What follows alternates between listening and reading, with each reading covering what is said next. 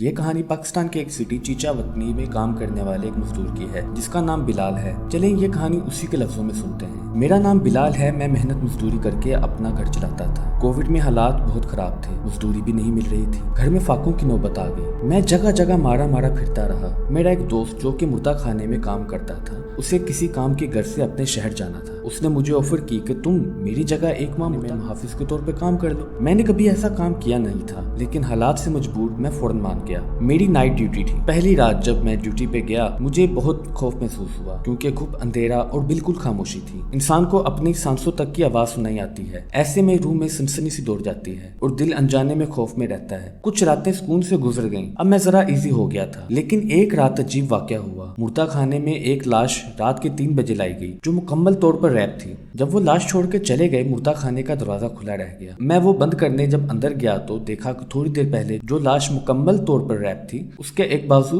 باہر تھا، وہ مکمل طور پر جلا ہوا تھا، جس کی وجہ سے عجیب سا خوف محسوس ہوا۔ میں ہمت کر کے آگے بڑھا، اس کا ہاتھ اندر ڈالنے کے لیے جب ریپنگ کھولی میرا کلیجہ منہ کو آ گیا، کیونکہ وہ مکمل طور پر جلی ہوئی لاش تھی اور اس کے چہرے پہ عجیب سی شیطانی مسکراہٹ جو اسے مزید خوفناک بنا رہی تھی۔ میں نے فٹافٹ اس کا بازو اندر کیا اور دوبارہ ریپ کر کے لاش باکس نمبر 20 میں ڈال دی۔ اگلی رات 3 بجے مردہ خانہ میں سے عجیب آوازیں آنے لگی۔ کچھ دیر بعد کسی کے قدموں کی آہٹ سنائی دی۔ میں اگنور کر کے بیٹھا رہا اور کلمے کا ورد کرنے لگا۔ جب کچھ دیر وہ آواز مسلسل آئی اور مجھے لگا کہ آواز قریب آ رہی ہے، میں فٹافٹ اٹھ کے اندر دیکھنے گیا۔ جب کھلا تو ایسا لگا جیسے کوئی برفیلی سی تیز ہوا میرے پاس سے گزری ہے اور میرا جسم منجمد ہو گیا ہے۔ میرے اندر کھڑے ہونے کی سخت نہ رہی، کیونکہ 20 نمبر دراز جس میں لاش ڈالی تھی وہ کھلا پڑا تھا، جبکہ مردہ خانے میں کوئی اور نہیں آیا تھا۔ میں نے ہمت کر کے ہاسپٹل کال کی، ڈاکٹرز آئے۔ میں نے ان کے ساتھ جب آگے ہو کے باکس میں دیکھا تو وہاں وہ لاش تھی ہی نہیں جو میں نے کل خود اپنے ہاتھوں سے باکس میں ڈالی اور اس کا بازو ریپ کیا تھا۔ مجھ میں اب مزید ہمت نہیں تھی، ڈر اور خوف کے مارے میں بے ہوش ہو گیا۔ میری اگلے دن ہاسپٹل میں آنکھ کھلی، مجھے 3-4 دن لگے ٹھیک ہونے میں، لیکن یہ واقعہ جب بھی میرے ذہن میں آتا ہے میرے رونگٹے کھڑے ہو جاتے ہیں۔ میں یقین کے ساتھ کہتا ہوں کہ وہ لاش تھی وہاں اور میں نے خود اس جلی ہوئی لاش کو ڈالا تھا، لیکن خدا معلوم وہ کہاں گئی۔ اس کے بعد کبھی میں نے ایسی جگہ نوکری نہیں کی۔ تو آپ کو ہماری کہانی کیسی لگی؟ لائک اینڈ کامنٹ کر کے اپنے فیڈ بیک کا اظہار ضرور کریں۔ مزید ایسی ویڈیو کے لیے ہمارے چینل ریویو بائی عادی کو سبسکرائب ضرور کریں۔